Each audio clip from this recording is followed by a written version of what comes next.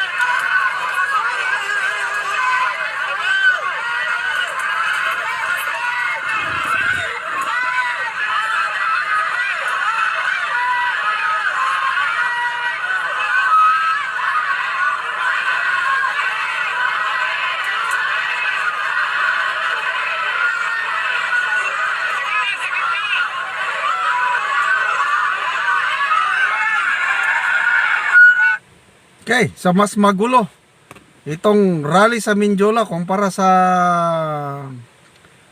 EDSA, mga disiplinadong nasa EDSA, mga DDS supporters. Ito makakaliwa, nakikipaglaban na sa pulis. Kailan ba 'yon? Panahon ni Cory Aquino ba 'yon, yung Mindiola massacre? Mga I think maraming farmers na ginorgor ng mga pulis kasi gusto nilang i-break yung Mindiola barricade, parang punta ata sa Malacanang. I don't know kung saan papunta itong mga makakaliwa. Basta galit na rin ang makakaliwa kay Marcos. So sabay-sabay na ngayon makakaliwa at DDS nananawagan Marcos resign.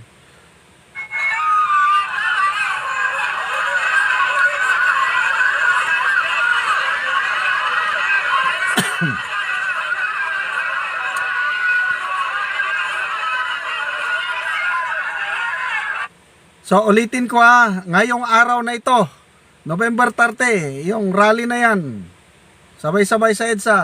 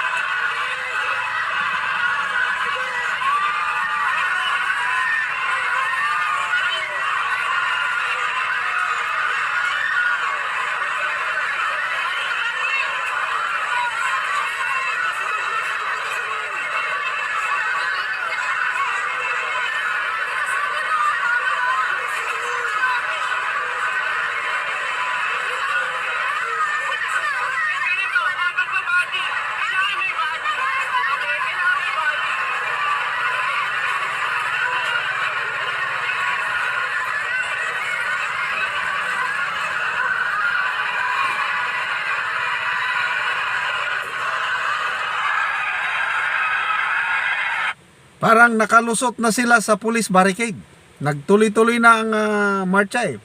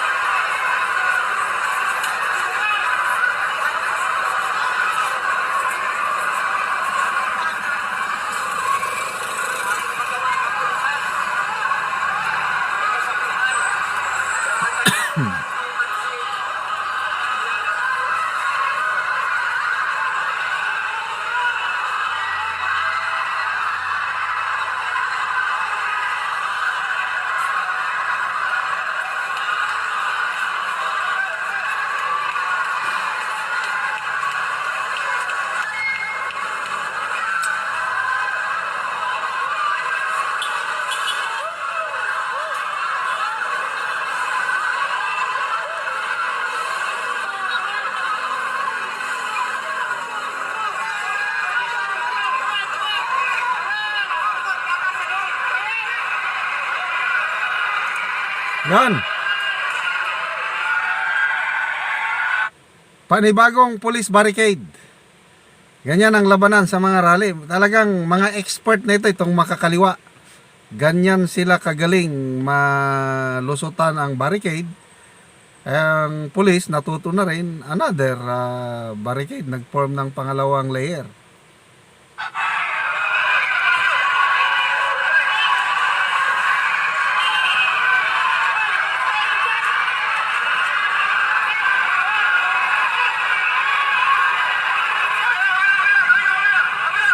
Yan, nagkatulakan na. Yun, lusot na naman.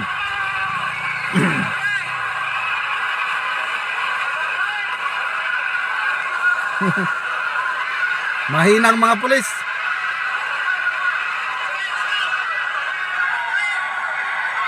Okay, ang mga pulis, in fairness to them, nag-iingat na rin ngayon. Hindi na lang sila basta-basta sasakit ng rallyista o ano. Kasi baka mamaya kasuhan na naman sila. Kaya ganyan na ang performance of duty, policeman o sundalo, natatakot. O, tignan nyo yung mga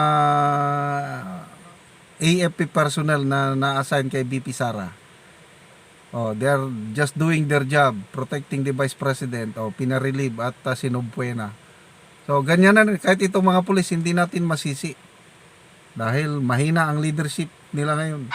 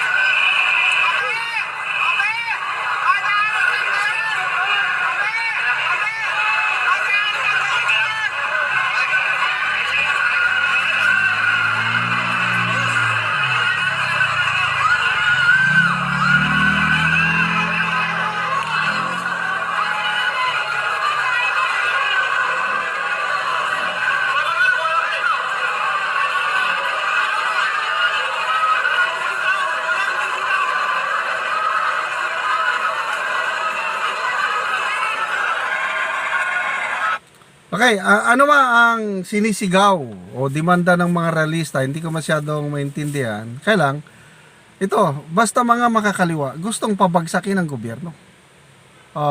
As usual, nananawagan laban sa korupsyon, laban sa mataas na presyo ng bilihin, laban sa US imperialism, capitalism, mga ganyan ang panawagan nila.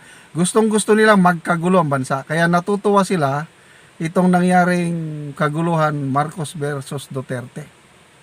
Gusto nila mawala si Duterte, gusto nila mawala si Marcos. Sinong papalit?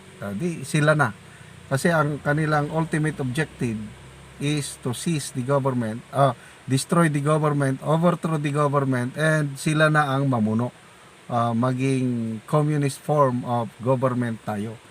So, yun na po. Dahil sa weak leadership, nagkakagulo na. Kaliwat kanan na ang mga realista.